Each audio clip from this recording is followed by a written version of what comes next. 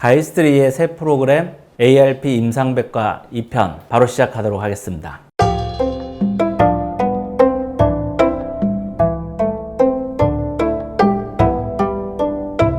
안녕하세요. 혈치과 원장 박정철입니다. 가이스트리 인생치과 스핀오프 프로그램 ARP 임상백과 두 번째 시간인데요. 제가 ARP를 시작하게 된 이유하고요. 엘리안의 분류 타입 1, 2, 3, 타입 1에 대한 부분에 대해서 이야기를 했고요. 오늘은 이 타입 2 소켓에서 제가 어떻게 ARP를 하는지에 대한 이야기를 좀 드리도록 하겠습니다. 엘리안 분류 타입 2 소켓은요, 연조직 퇴축은 없습니다. 대신 본노스가 생겨 있는 거죠. 타입 2 소켓에서 그 본인이 개발한 그 발치아 보존술 테크닉을 이야기하고 싶어가지고 발치아를 이렇게 분류를 해서 이야기를 하신 것 같더라고요. 저의 개인적인 뇌피셜입니다.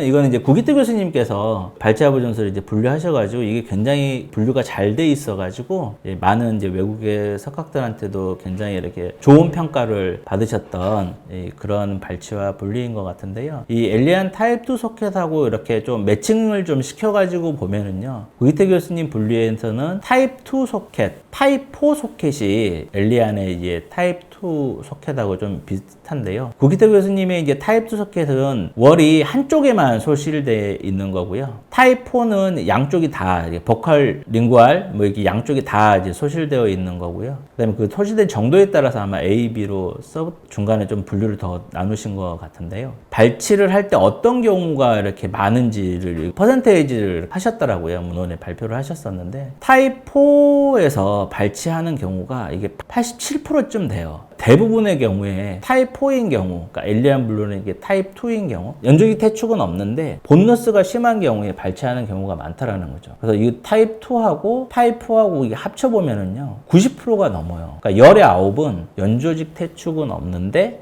본너스가 많은 경우에 있어서 발치를 하게 된다라는 거거든요. 구기태 교수님 분류의 타입 2 같은 경우에는 뭐 발치식 승립하시고 하시는 분들도 이제 많이 있으실 거예요. 개인적인 어떤 능력에 따라서 하시면 되는 거고, 타입 4 같은 경우에는 그게 좀 발치식 승립하는 거가 숙련된 술자여도 좀 쉽지는 않을 거예요. 구기태 교수님 분류의 타입 2에서 발치식 승립을 할 수 있으면은 환자가 돈 더 많이 내고 발치식 승립을 하면은 뭐 금메달 주고 못하면 은메달 주고 이런 건 아니잖아요. 일단 술자가 이제 환자하고 소통을 해가지고 임플란트를 잘 심고 좋은 결과를 만들어내는 게 중요한 거기 때문에 37번을 흔들려서 저희 병원에 오셨고요. 47번은 이제 타와 병원 이미 발치하신 지 아마 한 달쯤 넘었는데, 여기는 이제 임플란트를 다른 병원에서 못 심는다고 얘기를 듣고 오셨어요. 그래서 굳이 막 이걸 아니 뭐 할 수 있어요 막 이렇게 얘기하는 것보다 환자분이 저한테 원하는 건 37번이어서 그냥 여기에만 집중을 하고요. 여기도 괜찮은데요 얘기했더니 그냥 이것만 37번 해달라고 하는데, 또 환자분한테 뭐 주저리 얘기하고 있으면 약간 이제 약 파는 사람처럼 느끼실 것 같아서 그냥 37번만 치료하기로 했습니다. 이거 이제 제가 예전에 좀 했던 이제 오픈 플랩 하는 방식인데요. 이제 보면은 치아는 모빌리티가 있지만 연조직 퇴축은 없어요. 복노스도 되게 많이 있지만 플로팅 되어 있는 상태이긴 해도 연조직 퇴축은 없어요. 발치를 하고요. 예전에는 제가 이제 이런 경우에 있어서는 인시전을 하고 플랩을 다 열어서, 그러니까 소프티쉬를 박리를 다 해내는 거죠. 그다음에 이제 발치화 안에 있는 유가 조직을 이용해서 발치화의 입구는 이제 막고요. 이런 방법들을 많이 사용을 했었거든요. 15번 블레이드로 그냥 절개를 합니다. 요즘에는 이제 절개하는 거에 대한 그 위치가 있는데, 제가 이제 다음에 요거는 한번 이제 안에 유가 조직들을 요즘에는 리액티브 소프티슈라고 해가지고 그 유가 조직에 대한 어떤 리서치들 되게 많이 있고요. 이걸 어떻게 보존해서 할 거에 대한 얘기들도 좀 있어서 그럼 얘기했던, 오늘은 그냥 요거 동영상만 좀 얘기 드리고요. 안에 이렇게 스트레이트 되어 있는 헤드가 큰 이런 스트레이트 큐렛을 이용해서 인시전 라인을 따라서 한 번에 뜹니다. 이렇게 발치가 이렇게 뜨면은 이렇게 한 번에 이렇게 버칼 쪽 플랩에 붙어서 안에 있는 유가 조직들이 플랩에 붙어서 이렇게 떠져서 한 덩어리로 이렇게 나오거든요. 이게 제일 중요합니다. 이게 좀 쉽지는 않은데 어쨌든 링구알 쪽으로 넘기는 건 좀 수월해요. 버칼 쪽으로만 한번 떠져서 나오면 링구알 쪽으로 넘기는 건 좀 편하고요. 그리고 나면 이제 멤브레인을 먼저 링구알 쪽으로 이렇게 좀 끼워 넣어서 콜라겐 멤브레인 그냥 끼워 넣고요. 대신 안에 있는 것 혹시 남아있을지 모르니까 깨끗하게 소파하셔야 됩니다. 예전에는 이제 제가 동종고를 많이 썼습니다. 이 케이스 만든 게 이게 아마 2014년쯤 됐었던 것 같은데, 안에 이제 동종고를 놓고 이렇게 덮었습니다. 콜라겐 멤브레인 덮고, 그다음에 이제 매트리스 수처를 통해서 이렇게 봉합을 하고요. 쉽지는 않는 봉합인데 이게 자꾸 뭐 멤브레인이랑 이런 걸려가지고 그다음에 7번 자리 잘 안 보이고 해서 좀 쉽지는 않는데 그래도 매트리스 봉합 하나만 좀 잘 해놓으면 나머지 봉합들은 게 생각보다 어렵지 않거든요. 이거는 호라이젠탈 매트릭스 한번 했던 거고요. 그 다음에 위쪽은 그냥 팔자 봉합 뭐 이런 거 이렇게 했었던 겁니다. 술 전이고요. 발치화 보존술을 시행한 이후에 그라프트 머터리얼 들어가 있는 거 보이시죠? 4개월 정도 지나서 치료가 굉장히 잘 돼 있고요. 네, 연조직 힐링도 굉장히 잘 돼 있고 4개월 지나서 이제 임플란트 할고 열었을 때 본도 굉장히 잘 채워져 있는 게 보입니다. 그리고 임플란트 식립을 하고요. 고정이 제법 괜찮았습니다. 일회법으로 수술 다 마쳤고요. 술전, 그 다음에 발치화 보존술 후에 그다음에 임플란트 식립하고 나서 하치주 신경하고도 되게 가까웠었고 그라프트 머터리얼 안에만 들어가거든요. 본 퀄리티도 굉장히 중요하고 동전골을 많이 사용을 했었는데 동전골이 워낙 이슈가 많은 머터리얼이라 가지고 요즘엔 그래서 동전골보다는 본트리 합성골을 최근에 좀 많이 사용을 하고 있습니다.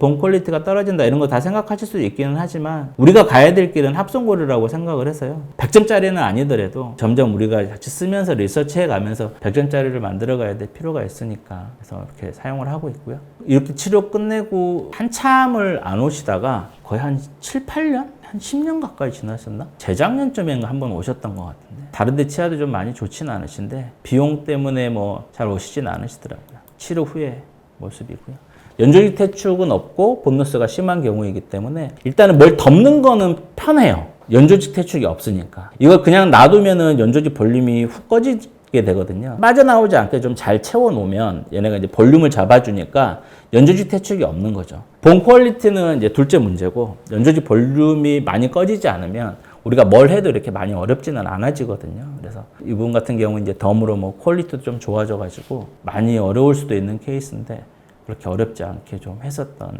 케이스이고요. 이번에 이제 비흡수성 멤브레인을 사용을 해봤었습니다. 왜 DPTFE 멤브레인을 이 케이스에서는 쓰고 앞에 케이스에서는 왜 콜라겐 멤브레인을 썼냐 이렇게 궁금해 하실 수 있는데요. 특별한 이유는 없고요. 두 개를 비교해보고 싶었습니다. DPTFE를 쓰면은 혹시 더 좋은 결과가 나오나? 본 퀄리티가 훨씬 더 좋아지나? 아니면은 뭐 연조직이 더 좋아지나? 뭐 이런 것들을 좀 제 눈으로 보고 싶어서 선택을 해서 사용을 해본 거고요. 본노스는 이제 메지알 루트 프랙처 때문에 굉장히 많이 생겨 있지만 연조직 퇴축은 없습니다. 이분도 마찬가지로 플랩을 열었어요. 되게 버티칼 인시전은 안 주고 주변에 호라이젠탈 인시전만 좀 줬었거든요. 이렇게 한 이유는 이 연조직의 블러드 서플라이를 최대한 많이 가게 하는 거예요. GBR을 할 때 블러드 서플라이가 잘 가지 않으면 연조직이 죽게 되잖아요. 그다음에 이분은 비흡수성을 또 써야 되기 때문에 블러드 서플라이를 잘 받기가 좀 쉽지 않아요. 가급적이면 플랩도 이렇게 아주 많이 열지 않고 소프트티슈 박리가 잘 안 돼서 제가 이제 버티칼을 매지알 쪽에만 하나 주게 되는데요. 안에 있는 소프트 티슈들은 다 깨끗하게 박리가 돼야 되거든요. 그래야지 하드 티슈를 만들 수 있고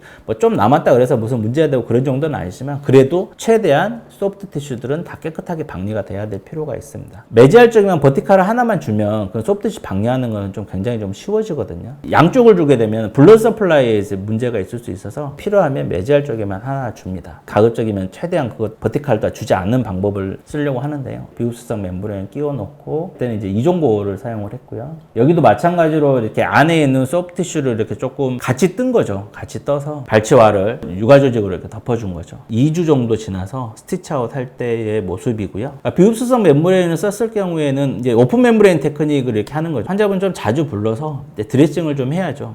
그런 부분들이 좀 귀찮은 부분이에요. 그래서 멀리 계신 분한테는 이런 거 쓰지 않고요. 네오나시기가 어렵지 않은 분들한테만 주로 쓰는 방법입니다. 한 달 정도 지났을 때 모습이고요. 5주 정도 지나서 제거를 했거든요. 마진이 이제 좀 보이려고 하는 것 같아요. 디스탈 쪽에. 그 멤브레인의 마진이 노출이 되면 그 인펙션이 될 수가 있기 때문에 즉시 제거하시는 게 좋거든요. 제거하고 보면 이제 안에 이런 소프트 티슈가 들어있는 게 좀 보이거든요. 이거 슈도페리오스티움이라고 얘기를 하는 건데 이걸 다 긁어내고 하실 필요는 없습니다. 그냥 이대로 그냥 DPTF 멤브레인 그냥 쏙 잡아 빼면은 이제 잘 빠집니다. 이분은 그냥 마취하지 않고 그냥 뺐었던 것 같고요. 그냥 기다립니다. 4개월 정도 됐을 때 모습이고요. 연조직은 잘 채워져서 치유가 됐고요. 4개월 후에 이제 임플란트 챙길 때 플랩을 열어서 보니까 볼륨이 굉장히 잘 채워져 있죠. 성상도 크게 나쁘지는 않고요. 그러니까 뼈의 볼륨이 굉장히 잘 채워져 있는 걸 확인할 수가 있고요. 이제 여기다 임플란트 심는 거는 그렇게 어렵지가 않죠. 임플란트를 식립을 하고 위례법으로 보철물은 임플란트 식립하고 아마 한 3개월 정도 지나서 마무리했었던 것 같아요. 그러고 나서 이제 에이피칼 사진이고요. 컨솔리데이션 되면서 이종골이 남아있는 게 좀 확인이 되고요. 발치아 보존술을 했을 때 발치아 보존술하고 7개월 후에 이제 임플란트 치료를 다 마쳤을 때 볼륨이 잘 회복되어 있는 것들을 확인할 수가 있습니다.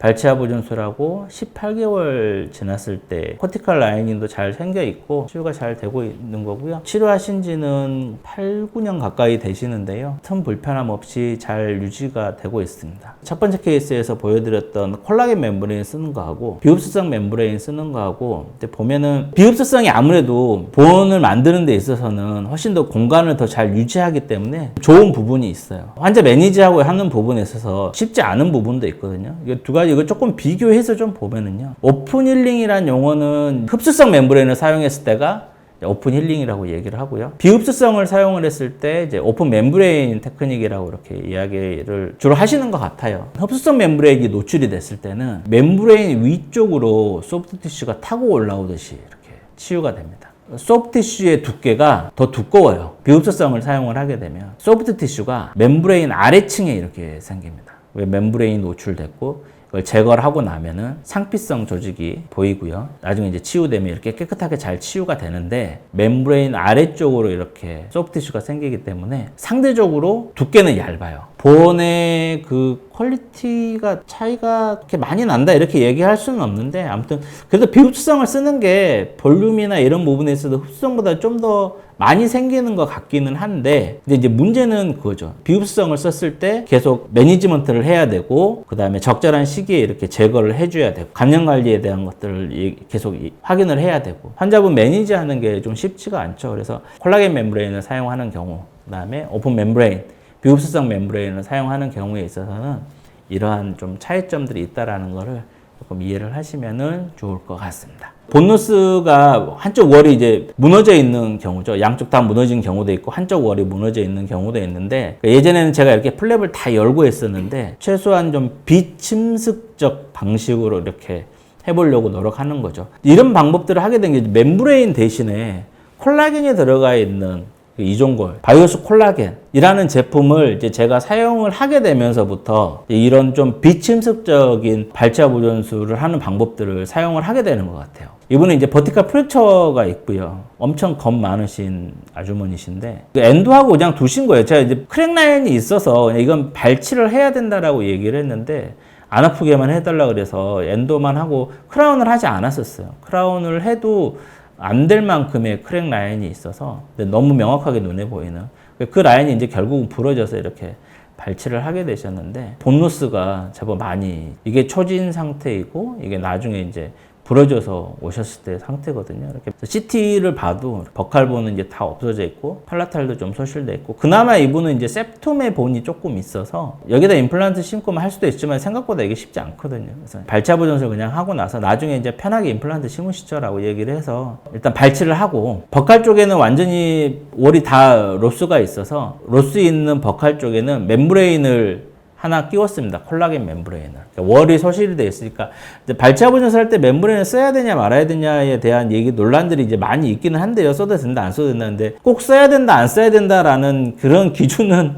뭐라고 제가 여기서 확답드려서 얘기 드릴 수는 없고요. 저는 씁니다. 발치아 보존술 일종의 GBR의 일종이기 때문에 멤브레인이 GBR에서 해야 되는 역할이 있잖아요. 셀 오클루시브니스, 세포 차단하는 그런 효과들이 필요하다고 생각해서 저는 쓰는 편인데요. 안 써도 되신다는 분들에 대해서 절대적으로 안 된다. 뭐 이런 저는 의견을 가지고 있지 않기 때문에 여러분이 선택하셔서 사용을 하시면 되고요. 저는 월이 무너져 있으면 멤브레인을 가급적이면 그 부분에 사용을 하려고 생각을 하고 있고요. 그다음에 이때 사용했던 콜라겐 멤브레인은 때는 부드러운 것보다는 좀 뻣뻣한 거 쓰는 게 좀 끼워 넣기가 좋아서 사용을 하고 있습니다. 역시 안쪽에는 리제너레이션 성향을 갖는 뼈를 넣고 동종걸이든 아니면은 뭐 인덕티비티를 가지고 있는 합성걸, 뭐 본트리라든지 이런 제품들을 사용을 하고요. 발치와 입구는 이렇게 콜라겐이 들어가 있는 이종걸로 이렇게 막아 놓습니다. 히든엑스 수처. 이분이 되게 좀 어르신한테 엄살이라 얘기하기는 좀 그렇고 많이 힘들어 하셔서 호팩을 붙여버렸습니다. 떨어지면 오세요 하고 그다음에 2주 정도 지나서 제거를 했는데요. 발치와는 굉장히 잘 아물고 있고요. 발치와 보존술 후에 이제 CT 사진이고요. 나중에 이분도 한 5개월 정도 지나서 이제 임플란트 수술할 때 모습인데요. 볼륨도 좀 잘 회복되어 있는 것 같아서 가이드를 만들어서 플랫 수술을 했습니다. CT를 보시면은 흡수되어 있던 버칼 쪽이 잘 회복이 되었고 폭도 좀 잘 회복되어 있고요. 저희 발치를 하기 전에요. 페리오톰을 합니다. 그 이유가 연조직이 딸려 나오면서 마지널 징지바가 찢어지는 경우들이 있어서요. 치아에서 소프트 티슈를 이렇게 다 끊어내는 걸 먼저 좀 하고요. 그래야지 연조직이 발치되면서 안 찢어지거든요. 발치를 하고요. 그 안에 유가조직들이 이제 징지바하고 이제 붙어가지고 발치되면서 쭉 딸려 나오면서 연조직을 찢는 경우가 있어서 그 다음에 이제 안에 유가조직 제거는 블레이드로 12번, 15번 이제 어프로치 잘 되는 거에 따라서 발치와를 한 바퀴 쭉 돌립니다. 마지널 징지바가 손상되지 않게 한 바퀴 뺑 돌리면 안에 이제 염증 조직들 한 덩어리로 이렇게 빼낼 수 있거든요. 그래서 이렇게 염증 조직을 한 바퀴 뺑 돌리고요.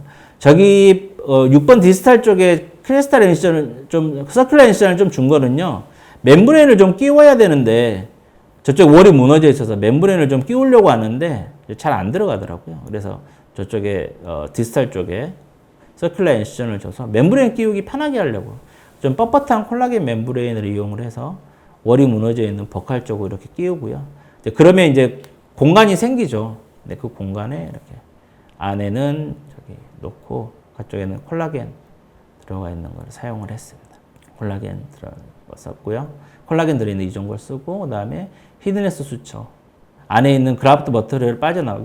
히든엑스 어려우시면 그냥 뭐 우리 발치하고 나서 많이 하는 팔자봉합 이런 거 하셔도 됩니다. 근데 이제 팔자봉합은 눌러주는 수처가 아니어서 히든엑스를 좀 추천을 하고요. 다음 케이스는 또 비슷하게 했던 케이스인데요. 하악 케이스입니다. 루트 프랙처 때문에 이분도 이제 피스출라도 생겨 있고요. 이제 감염이 좀 심한 케이스인 거죠. 걱정되시면 조금 기다렸다 하셔도 돼요. 뭐 바로 하셔도 요즘에는 뭐 약도 좋고 머터리얼들도 어떤 감염의 저항성들이 좀 좋은 머터리얼들이어서 이렇게 좀 사용하셔도 됩니다. 일단은 루트 프랙처가 심하게 있어서 거의 플로팅들 비슷할 정도로 에이펙스까지 본능수가 심하게 있고요. 근데 징지발 리세션은 없는 거죠. 그래서 발치를 하고요. 앞에 영상 보여드린 것처럼 깨끗하게 제거하고요. 그 다음에 이거 소파해낼 때 스트레이트한 커브드 되어 있는 서지컬 큐를 쓰시면 힘 파워 전달이 한번 꺾여가지고 잘 안 돼요. 스트레이트한 거 쓰시는 거 좀 권해드리고 싶고요. 그리고 이제 여기도 월이 무너져 있는데 월 쪽에 이제 무너져 있는 쪽은 멤브레인을 끼우고요. 이거 옛날에 제가 했던 거라 동종고를 사용을 하고 발치와 입구는 이렇게 바이오스 콜라겐으로 이렇게 막아놓은 거고요. 이게 2주 후에 봉합사를 제거했을 때 모습이고요. 발치하고 굉장히 빨리 이렇게 클로즈오 되는 걸 볼 수가 있죠. 술 후에 파노라마 사진이고요. 볼륨이 잘 수직적으로도 잘 채워져 있는 거 볼 수 있어요. 또 5개월 정도 지나서 임플란트 식립을 하려고 오셨을 때고요. 어쨌든 외형이 좀 볼륨이 좀 꺼져 있는 건 보여요. 이거는 저희가 이제 막을 수가 없어요. 이분은 월도 무너져 있는 상태였기 때문에 막을 수가 없는데 이제 플랩을 열어서 보면은 임플란트를 심을 수 있는 정도의 폭은 되는 거죠. 골질은 뭐 눈에 보이기에는 이 정도 콜라겐으로 막은 거니까 그 다음에 오픈 힐링 되어 있는 부분이어서 골질이 좋아 보이지는 않지만 임플란트 식립하는 데 있어서는 그렇게 많이 어렵지는 않고요. 볼륨이 많이 회복되어 있으니까 임플란트 이렇게 식립을 하고 버칼 쪽에 컨투어 오그메이션 조금 해주시면 되고요. 이분은 이제 초기 고정이 좀 좋아서 힐링으로 바로 연결을 했고 나중에 임플란트 식립하고 3개월 정도에 이렇게 치료를 마무리했습니다. 이 협측의 이런 연조직 볼륨이 굉장히 이렇게 잘 회복되어 있는 거를 좀 볼 수가 있죠. 여기에 만약에 징지발 리세션이 생기면 치은이 이렇게 내려와 있는 상황이라면 엠브레이즈 스페이스들이 넘어져서 환자분이 막 음식이 끼네 어쩌네 뭐 양치하는 게 어쩌네 뭐 이렇거든요. 그 다음에 이 각과치은이 잘 보존되어 있기 때문에 자기가 이제 셀프 클린싱 하는 데 있어서도 굉장히 이렇게 좀 편리한 부분들이 있어요. 지배아를 막 잇몸을 끌어당겨서 하고 이런 거가 아니기 때문에 베스티블도 충분한 깊이를 가지고 있고요. 연조직이 이렇게 잘 유지되고 있으면은 어쨌든 나중에 임플란트를 롱텀하게 우리가 케어해 가는 데 있어서 굉장히 좀 메리트 있는 부분들이 있거든요. 이런 부분들은 발치아 보존술을 함으로 해서 장점을 가져갈 수가 있는 거죠. 발치아 보존술을 하는 이유가 점점 이제 가면서 이런 연조직 부분에 대한 생각들을 많이 하게 되면서 많이 발치아 보존술을 하게 되는 것 같습니다. 치료 후에도 하드티슈, 본도 이렇게 잘 유지되어 있는 것들이 보이고요. 발치 전이고요. 발치하고 발치아 보존술을 시행했던 거고 임플란트 식립한 다음에 이제 모습입니다. 하드티슈, 소프트티슈 이 볼륨들이 굉장히 잘 유지가 되어 있기 때문에 치료를 마친 후에도 어떤 외형의 형태가 환자가 이제 유지 관리하는 데 있어서 굉장히 좋은 형태로 이렇게 치료를 마무리할 수 있었던 것 같고요. 거기에 있어서 가장 중요한 핵심적인 부분은 제가 발치아 보존술을 했었던 그 부분인 것 같고요. 발치아 보존술을 할 때 요즘에는 이제 콜라겐이 들어있는 이런 그런 이종고를 가지고 이렇게 사용을 하면 좀 테크닉 자체를 예전에는 굉장히 좀 침습적인 치료를 했다 그러면 지금은 좀 비침습적인 그런 방법들을 이렇게 좀 할 수가 있는 것 같습니다. 그다음에 다음 케이스 하나 더 볼 건데요. 치아 발치를 했고요. 캐널이 좀 있어서 발치지 식립하기는 좀 그랬고요. 딜레이드해서 임플란트 심을 건데 발치한 날 바로 하지 않고 좀 기다렸다 했어요. 왜 그러냐면 예약 없이 오신 분이에요. 신안으로 그냥 오셨고 이가 너무 아프다. 그래서 이걸 발치를 해야 된다라고 했는데 발치만 해달라고 하셔서 환자분 아파 죽겠다는데 발치아 보존술 해야 되니까 약속하고 와서 발치해서 이럴 수가 없잖아요. 환자 아파 죽겠는데 빨리 이를 빼야죠. 이 환자분은 일단 발치를 먼저 했고요. 안 오실 수도 있는데 환자분하고 2주 후에 이제 수술하시죠 라고 얘기를 했습니다. 2주를 특별히 이렇게 잡은 건 아니고요. 그냥 환자분하고 어떻게 약속을 잡다 보니까 2주가 된 거예요. 그래서 2주 후에 오셨어요. 2주만 지나도 시간 얼마 안 된 것 같지만 발치아 외전 유행이 엄청 많이 이렇게 푹 꺼져 있는 걸 확인할 수가 있어요. 한 달 지나면, 2달 지나면 더 많이 꺼질 거라고요. 앞에 보여드렸던 그런 비침습적 방법 이런 걸 할 수가 없죠. 이건 그냥 플랩 열어야죠. 버티칼도 저기 매지할 쪽에 하나 줬습니다. 이제 플랩을 좀 깨끗하게 잘 열고 싶어가지고 안에 이렇게 한 덩어리를 좀 드러내고 싶었거든요. 왜냐면 안에 이제 유가조직들을 이용해서 프라이머리 클로즈 비슷하게 해줄 수가 있거든요. 버티칼 인시전 하나 주면 이 플랩을 박리하는 게 훨씬 좀 수월해지거든요. 소프티슈는 깨끗하게 일단 박리를 해내고요. 다 긁어내고 안에 이제 동전골을 넣었었고요. 멤브레인, 이제 콜라겐 멤브레인 사용했고 그다음 바깥쪽에는 이종골 콜라겐 멤브레인으로 덮었고요. 뭐 콜라겐 멤브레인 한 장 쓰면 좋냐, 2장 쓰면 좋냐, 뭐 이런 얘기도 있는데 이걸 2장 쓴 이유는 이분의 디펙트를 한 장으로 다 커버를 못해서요. 큰 걸 썼으면 좋았는데 근데 저희 병원 큰 거가 다 떨어져 있을 상태여가지고 15 곱하기 20 2장을 그냥 썼습니다. 디펙트를 커버하려고 2장을 쓰게 됐던 거고요. 여기 위에 이렇게 발치와 있던 유가조직 있죠. 이거 다 이렇게 긁어내서 없애버리지 않고 플랩에 잘 붙여놓으면은 특별하게 이거 막 언더마이닝에서 땡기고 그러지 않았거든요. 인시전 라인 쪽을 잘 이렇게 덮어줄 수 있거든요. 그 RST라고 리액티브 소프티슈인데 연질 치유가 굉장히 좋죠. 지금은 굉장히 볼륨이 잘 생길 것 같지만 결국 이것도 나중에 좀 볼륨의 변화는 필연적으로 생깁니다. 그 부분은 어쩔 수 없고요. 5개월 정도 지나서 임플란트 식립하기 전의 모습인데요. 소프티슈 힐링이 굉장히 깨끗하고 좋죠. 각하치운도 굉장히 잘 보존되어 있고요. 그리고 임플란트 심을 때 골폭도 이렇게 잘 유지되고 있고요. 그다음에 임플란트 식립을 하고 고정이 좀 나쁘지 않아서 유리법으로 수술을 마무리했고 보철 치료를 마무리하신 겁니다.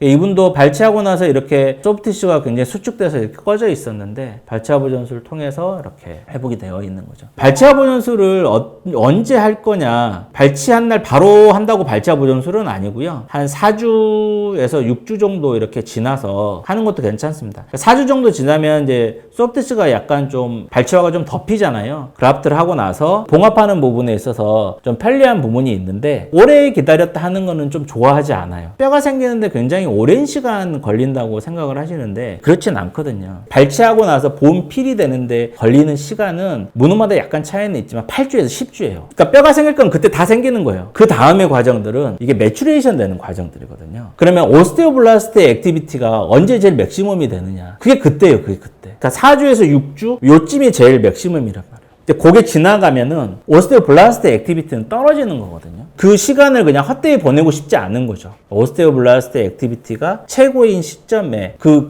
피크 전에 발치아 보존술을 하는 게 좋겠죠. 굳이 기다린다면 한 달 정도, 8주 이상 이렇게 기다리진 않고 한 달 정도만 기다렸다가 이렇게 하면 되니까. 그러니까 환자 아프다 그러는데 발치아 보존 한다고 나중에 약속 잡고 해서 이런 거는 아니고 그냥 빨리 빼서 환자분 아픈 거 해결해 드리는 게 일단 먼저고요. 기다렸다 씻는 것보단 발치아 보존을 하는 게 좋겠는데 어떡하지? 고민되실 때는 환자한테 뭐 2주든 4주든 이렇게 해서 그때 약속해서 오셔서 하시면 되죠. 대신 너무 오래 기다렸다 하시지는 마시고. 그걸 좀 추천드리고 싶습니다. 이분도 치료하신 지가 꽤 오래되셨는데요. 한 3년쯤 지나서 팔로업 하신 것 같은데 코티칼 라인도 되게 잘 되어 있고요. 또 잘 유지되고 있는 모습입니다. 제가 오늘은 타입 2 소켓에 대해서 연조직 퇴축은 없고 본노스는 진행되어 있는 그런 경우에 있어서 발치와 보존술을 하는 이런 테크니컬한 방법에 대해서 이야기를 좀 드렸는데요. 연조직 퇴축이 없기 때문에 약간은 비침습적인 방법, 바이오스 콜라겐을 이용해서 비침습적인 방법으로 할 수 있는 부분들이 좀 있는 것 같아요. 물론 이제 플랫 막 열고 막 이러지 하지 않는 거기 때문에 환자분도 좀 좋아하시기는 하는데요. 이게 중요한 거는 침습이든 비침습이든 가장 중요한 건 안에 있는 소프티슈를 깨끗하게 다 방리를 해내야 되거든요. 소프티슈가 남아있으면 아무래도 뼈가 잘 안 생기겠죠. 그래서 그걸 깨끗하게 방리해내는 거가 좀 중요하고요. 어쨌든 그것만 잘 되면 많이 어려운 술식은 아닌데